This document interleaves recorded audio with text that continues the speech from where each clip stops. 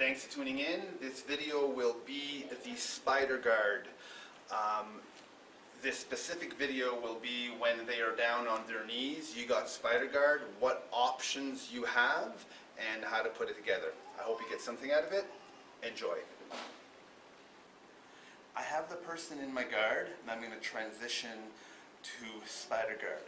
I'm going to grab the inside collar. I already have sleeve.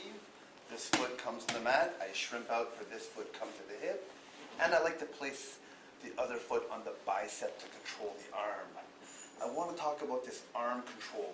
That foot's not going to be there forever, but with good sensitivity, you can control it to a certain degree.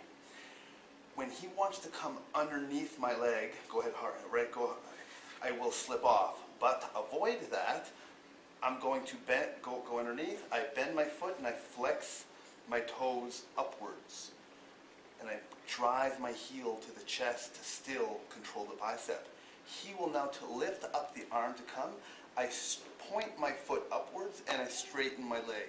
He comes underneath, I bend and flex. He goes on top, I straighten and point. So that's just one whistle. So go ahead, let's see, go ahead, undo it. I just follow the person. If he's up and he happens to go explosively and it slips off, go ahead. I slip now into triangle choke. From this position, I pull the sleeve up. This foot is on the hip, so I can get that rotation to get a deep bite. And from here to then, I just transition into my steps.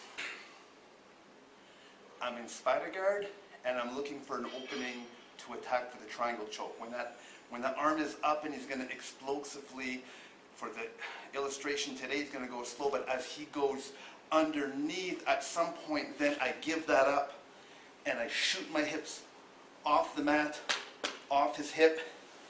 I get a deep bite and I rotate, I pull his arm, and then I adjust to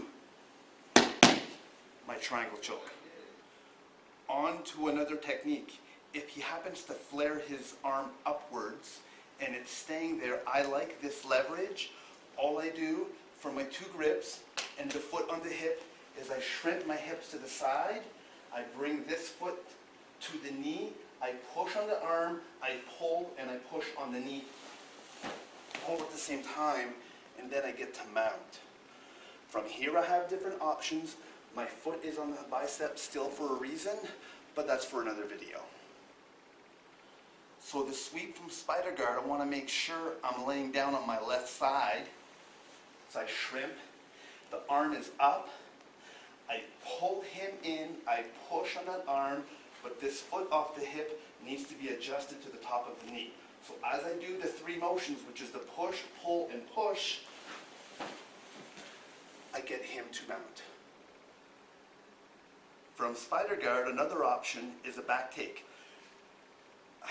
The triangle choke I like, the sweep I like. When things aren't going quite your way, you may want to make some adjustments. So from here, I'm just going to shrimp my hips the other way. I'm losing ground on the bicep. So this just gets inserted between the legs. From the grip I have at the collar, I pull him to me as I sit up.